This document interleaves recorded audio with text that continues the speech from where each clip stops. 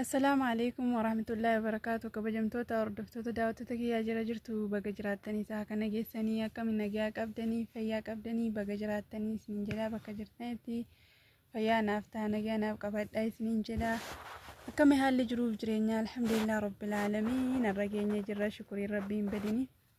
Daawwattootaa fi kabajamtoota kiyyaa har'allee dhufeetiin jira maaliin nutti jechuun keessa hin oolamu soogama yaada kiyyaatti hin dabarre dura subscribe like share gochuun dagatinaa isiniin jedha rabbi isinirraa haa jaallatu warri daawwataa jirtanillee iddoo tokko naaf galatoomaa isiniin jedha obboleewwan kiyyaa wal bira haa dhaabbannu wajjin haa dhaabbannu isiniin jedha akkuma beekamu har'a wanni qabadhee dhufe waa obboleessa keenya Abdii Raggaasaa yeroo darbee gubatee jechuudha.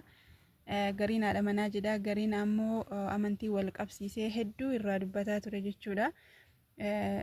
Gariin immoo irra caalaa haadha manaatitu zayitii danfisee itti naqee jedhanii hedduu irraa dubbataa turanii jechuudha. Ilmi namaa silaa akka garaa jabaatu namuu numa beeka.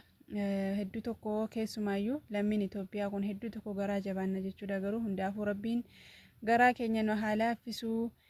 Namarratti shira xaxuu namarratti shira yaaduu waan hin taane yaaduu kanarraa rabbiin waa haa eegu rabbiin waa tiksu rabbiin waa haa qusatu jecha har'oo maal fidee dhufte jechuun keessa hin oolamu. Haalli Abdiin Raggaasaa keessa jiru hedduu sodaachisaa jedhanii dubbataa jiranii arge. Maaliif garuu haala kana haala hin taane walirratti odeessuun maaliif barbaachisee haga namaa danda'ame maaliif du'aa gochuu fi dadhabnee akka amantii biraallee qabu siyaa fayyisumaaf jechuu dadhabee kan jedhamu tokko na yaachise jechuudha. Innis nama wayitu miidiyaa irratti haalli Abdii Raggaasaa hedduu sodaachisaadha haalli inni irra jiru baay'ee sodaachisaadha jedhee yuutuubii isaa irratti gadhiisee jira jechuudha. Dhugaa rabbii dubbachuuf ani yogguu rifadhee jedhee waan sana hin dhaggeeffannee iyyuu keessaan bahee yuutuubii irratti arge jechuudha. Barreeffama gubbaarratti tambilalii gubbaarratti barreeffamee jiru yeroon ilaalee gattuqu haasawaan isaanillee akkasuma jetti akkuma tambilalii sana jetti jechuudha. Alaxul yookaan immoo dafee tiktooka yeroon seenu nin nabeechuu nama waan kana odeessu tarii anaaf naaf dhiisuun mala hin dhageenye garuu miidiyaa kanarratti illee bakkuma tokko qofatti kan hin arge jechuudha.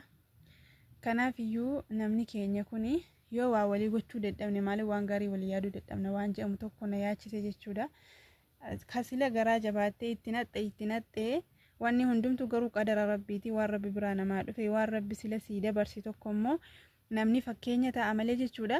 Kan godhe kan ta'e rabbumaan biraati wanni ta'u tokko waan sila sii dabarfame dhukkubillee kan dhuftu harka rabbiirraati sababiin illee kan namatti dhuftu rabbumaan biraati jechuudha. Garuu ilmi namaa sababii ta'a asuma keessattuu ilmi namaa hedduu garaa jabaata jechuudha.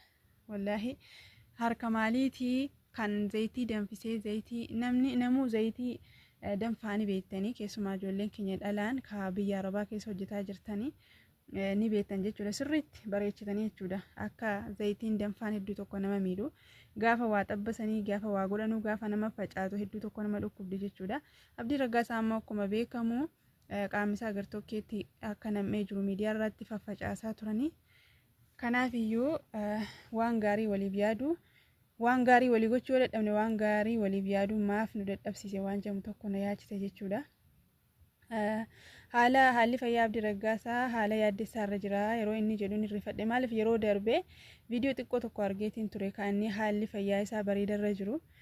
Namni wayillee irraa waraabee alhamdulillah rabbil aalamiin summa alhamdulillah jedhee tiktook isaa jalatti gadhiisee jira jechuudha.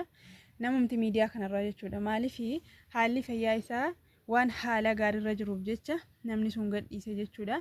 Hakiimii isaa waliin jiru waliin nama doktora isa yaalaa jiru waliin yeroo inni Abdii Raggaasaa qabee lafaa ol kaasu viidiyoo san xiqqoo tokko tiktooka namaa jalatti argeetiin ture.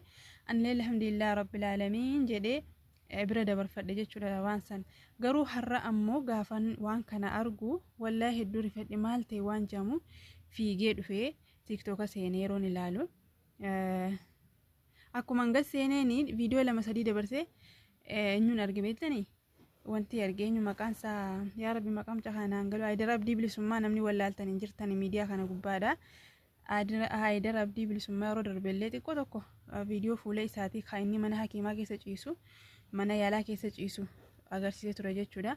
Haayidar Abdii Bilisummaa fi sheeka ka TikTok kana gubbaarraa beekama na ijoollee hedduu shaadaa qabsiisu maqaa isaallee yoo wallaale jechuudha. Fuula isaa namni beeku ani numa fuula isaanii beeka maqaa isaallee gurbaan himee ture niin dagadhe isaa fi gurbaa tokko nama sadii ta'anii haala fayyaa Abdii Raggaasaa haala inni irra jiru ilaaluu dhufnee jirra jedhe. Hanga viidiyoo Abdii Raggaasaa bira gahanii Abdii Raggaasaa salaamtaa gaafatanii akkamitti jirtaa wayyooftee jirtaa jedhanii yeroo isaan gaggaafatanii arge niin gammade wallaahi. Waan viidiyoo YouTube irratti arge sanaa fi kan ammoo wal bira qabee gaafan ilaalu namni keenya kun hagam tokko garaa waliif jabaataa maaliif waan gaarii waliif yaadu waan jedhamu tokkotu natti dhagahame jechuudha. Ani viidiyoo nama hunda namanu garuu immoo amanamaan rabbuma viidiyoo Abdii Bilisummaa sana maqaan isaa Haydar Abdii Bilisummaa sana niin amana yeroo yaani hanga tokko waan haqarraa dubbata waan ta'eef waan dhugaarra dhaabate waan dhugaarratti rarraate tokko dubbata waan ta'eef kanaaf jecha viidiyoo isaa tokko hedduu natti tola jechuudha. Kan Haydar Abdii Bilisummaa sun namni haqaan deemu yoomuu namatti tola jechuudha. Kanaaf iyyuu Haydar Abdii Bilisummaa viidiyoo agarsiisuu baatus hanga sheeka sanaa waliin deemanii sheekni sun makkarraa dhufanii jiranii gurbaan sunillee maqaa isaa himee ture kan waliin jiru suni garuu inni rifatee of duuba deebi'ee namni tokko garaa laafa dhiiruma ta'eyyuu namni garaa laafa hedduu jira waan ta'eef sun of duuba deebi'ee jechuu gaafuma dhaqee argu. Garuu Abdiin salaamtaallee deebisee jaralleen dubbisee jira jechuudha. Garuu ammoo maaliif waan hin taane walirratti oofuun maaliif barbaachise waan jedhamu tokko wallaahi nama yaachisa namatti dhagahama jechuudha. Miidhaa namaa malee gaarummaa namaa namni namaaf hin hawwu dhukkuba namaa malee fayyina namaa namni namaaf hin hawwu jechuudha. Obboleewwan kiyya warri kiristaanaallee namni uumaan rabbii kuni waan fedhetti amanee rabbitti irraa nama gaafata. Komentii viidiyoo Abdii Bilisummaa jalatti baay'ee arrabsaa jiru jechuudha.